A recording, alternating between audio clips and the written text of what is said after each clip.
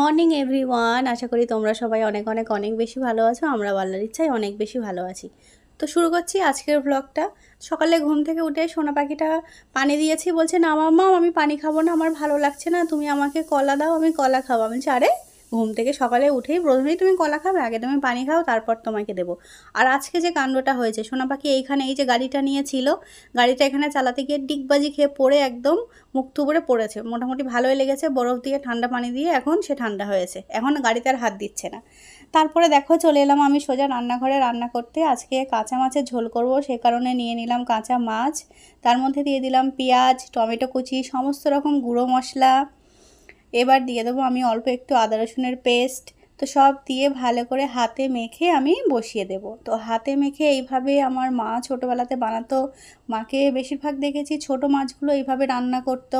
তখন আমি কত বায়না করতাম যে কী রান্না করেছো, এটা কী রান্না করেছো, কীরকম কাঁচা মাছের গন্ধ বেরোয়, আমি খাবো না, আমার ভালো লাগে না এসব।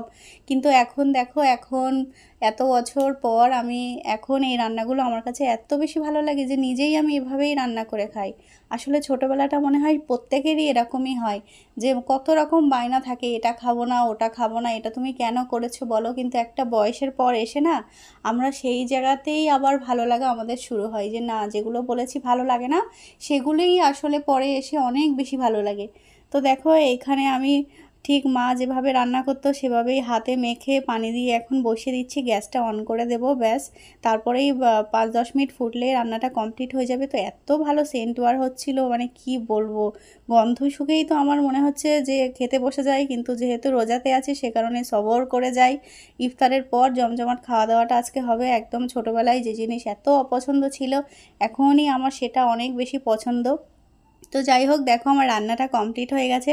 আর সোনা পাখি যাচ্ছে এখন পড়তে, এখন বাজে 3টে, সোনা পাখির পড়ার টাইম। তো সোনা পাখি যাচ্ছে এখন পড়তে। তো আগে যখন আমি ছোট ছিলাম, ছোটোবেলাতে যখন এই টাইমটাতে পড়তে যেতাম বিকেলবেলা, তো সবসময় মাকে বলতাম খাবার কিনে দাও তারপর পড়তে যাব, খাবার কিনে দাও তারপর পড়তে যাবো। আর মা বলতো খুন্তি আনবো দেখবি, খুন্তিটা আনি সব খাবার খাওয়া বার হয়ে যাবে, সোজা পড়তে চলে যা। সেম ডায়লগ এখন আমিও দিই। আমিও ভাবছি না এবার হয়তো আমি সত্যি মানে মা হয়ে গেছি। মা তো অবশ্যই হয়েছে, কিন্তু সেই মা ফিলিংসটা আমার ভিতরে এখন আসে, যে মা একটা টাইম আমার সঙ্গে এরকম করতো, সেম আজও আমি আমার মেয়ের সঙ্গে তাই করছি। তো এভাবেই যাচ্ছে দিনগুলো। ছোটোবেলার কথা, আমার মেয়েকে যত বেশি দেখি না আমার ছোটোবেলার কথা তত বেশি মনে পড়ে যায়। আর এভাবেই যেন কিভাবে বড় হয়ে গেলাম আমি কিছু বুঝতেই পারছি না। মাঝে মাঝে মনে হয় যে সেই দিন তো যেন আমি ছোট ছিলাম, সেই দিন ছোট ছিলাম। তো কয়েকদিন আগে আমি আমার একটা ডায়েরি খুঁজে পেয়েছি, সেটা হচ্ছে আমার মাধ্যমিক পরীক্ষা যে সময় দিয়েছিলাম সেই সময়ের ডায়েরিটা। তো ডায়েরিটাতে আমার সমস্ত ডেট দিয়ে দিয়ে লেখা আছে কবে আমার কি পরীক্ষা ছিল।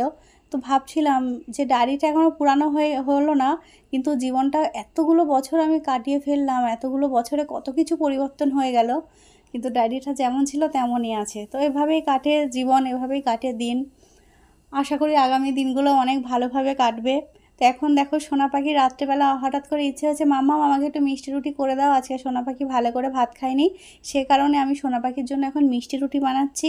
তো মিষ্টি রুটি কার কার ভালো লাগে কমেন্ট করে জানিও। আর আজকের ভিডিওতে যদি তোমাদের কিছু ভালো লেগে থাকে তো অবশ্যই লাইক করো, কমেন্ট করো, শেয়ার করো। আর আমাদের ইউটিউব চ্যানেলটা সাবস্ক্রাইব করতে ভুলো না। আর তোমাদের এক একটা লাইক আমাদের কাছে অনেক দামি, কারণ তোমরা একটা লাইক করলে আমরা নেক্সট ভিডিও বানানোর জন্য অনেক বেশি উৎসাহিত হব। সেই কারণে প্রত্যেকের কাছে রিকোয়েস্ট, যারা আমাদের ভিডিও দেখছো তারা কিন্তু অবশ্যই আমাদের চ্যানেলটা সাবস্ক্রাইব করো। আর আমাদের ভিডিও যদি তোমাদের ভালো লাগে তাহলে অবশ্যই লাইক করো। তো চলো, আল্লাহ হাফেজ, সবাই ভালো থেকো।